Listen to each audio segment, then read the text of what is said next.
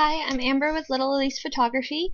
I'm going to show you how to change the sky and make this picture go from boring plain old sky to really pretty sky. So I'm going to do it as quickly as I can. So first step is I've already cleaned it up. I've cropped it, I've straightened the horizon, I've cleaned up the reeds and the whatnot that's in the ocean. So I'm just going to duplicate my layer, duplicate, background copy, and turn off the background for right now. I always make a background copy, I never work on the background. Then I go to select color range, and I want to grab that sky, and I want to grab as much of the sky as I can. Don't worry if the person is colored a little bit, we're going to bring them back with a mask. So I'm going to hit OK, delete. Most people will tell you not to delete. It's how I do it. I always have a backup with a background copy, so it's fine and it's always worked fine with me. But if you don't like it, then don't do it this way, please. Okay, so I've got the background selected. Now I want to deselect, and I grab a sky. I'm using Oso Posh's Exotic Skies because I live on Hilton Head Island and I like pretty big giant skies. So I grab it and I just drag and drop. So I've got it here. I want to drag it about the size and try to line up the water in the horizon. Let's see, I drag it. I want my horizon pretty straight. Pull it over, and then you hit enter to lock it in. Drag it underneath the background copy. Now I want a layer mask to bring back everybody. I'm going to turn back on the bottom layer, a layer mask, and I'm going to grab the brush tool. So black is what I'm going to paint on it to bring back everything underneath that layer.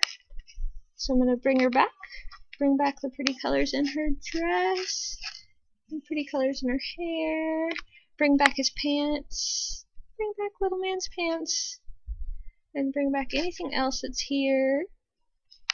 I'm actually going to paint over the water too because some of the ocean colors pulled through. I'm going to pull them through, paint over them, because I'm going to do a trick with the water in a second to make the water a little bit bluer. Our water's brown here, but I like blue water. So, okay. So, it's pretty much cleaned up. Let's see if there's any spots. Normally, if this wasn't a super quick tutorial, I would zoom way in and zoom really close to her to make sure there's no halos around her. Let's see, there's nothing. Okay, so she's really close in. Okay, then I would actually duplicate this watercolor. Duplicate layer. Watercolor, copy. Grab the Show Transform controls, grab it right here, and flip it. I want the same colors from the water in my ocean. So I pull it up to about right here. I want the same colors. See, turn it on, turn it off, or I need to lock it in real quick. Lock it in. My computer's going really slow because of this recording thing. So turn on, turn off, turn on. See how it's brown? It was pretty purple. Okay, so then I would paint on this layer mask. I would paint a little bit more black because I don't like the color coming through over here. So I would grab this, paint, get rid of this over here, bring back my color so it's more, bring back all the color, get rid of any color cast that came through with that one. Not a lot came through. You can change the opacities. I don't always leave the skies at 100. A lot of times I pull them down to make them look more natural. But I just want it up all the way right now because this looks pretty. Then I would grab this one. I would actually pull this one down a little bit. So I'd pull it down just slightly. Okay, so I love this. Okay, so now I've got this perfect. Now you can clean it up or you can group it. However, I'm just going to flatten it just to make it easy. So I flattened it. Now I'm going to go back up to select color range, grab that water. So I'm going to pull it down. I only want water. So I grab that water, hit OK. I'm going to go to levels. Levels. I want to go to the blue level. Blue level. blue level. And now I'm going to play with this output a little bit to turn it just a little bit bluer, because I don't like our white. So I'm going to turn you a little bit bluer. Let's see. And I like it right there. So I love this. I would squash it again. Squash. So now I've got a pretty baby. And then I would add, let's add an action. Let's add an Oso Posh action. I'm going to use her Oso Posh, I think this is Bohemian, what are you? Bohemian Symphony Collection. Had it for a long time and I still use the Simply Charming like quite a lot. So I'm going to grab the Simply Charming, hit play.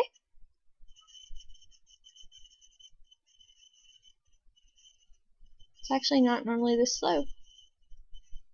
So, ooh, that made it pretty and bright and gave like a really pretty vignette and like a center light. Love it. So then I would squash it again, flatten image. You can turn it down, turn it up, whatever you need to do. I like it on full 100 for right now. It's kind of a dramatic image. Dramatic. I like it. Then I would crop it to whatever ratio you want. I've got this on a width 6, height 4. I want them right in the middle for this image just because the baby's the center of their world. She's a really sweet baby. So I would grab it and I would just pull it down. I would grab, I like the sky, I like where everything is.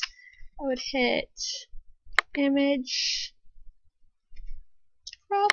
You don't have to do it that way. You can use this cute little crop tool too. And the last thing I would do would be to add a watermark, which I do it. I just create a new layer because I never layer. See, cute layer, new layer.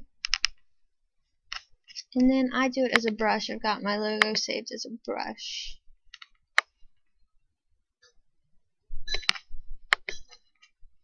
And I would pull this up to up a little higher. And I want this white. White. I put that right here. I want this a little lighter. I don't want my name to be so big and bold. And then I'd put overlay, and it could go up a little bit higher here. I want it barely noticeable. And then there you have it. And I keep saying and I apologize. So I'd hit edit. So I'm going to show you the before and after. So here's the after. Quick tutorial on how to do a sky. I'd hit revert. This is going super slow. So that's before, after, before, after. So I hope you'll have a great day, and I'll put the links for Oso Posh's skies in the comment section. And you can always visit me at www.littleelise.com. Thanks, have a great day.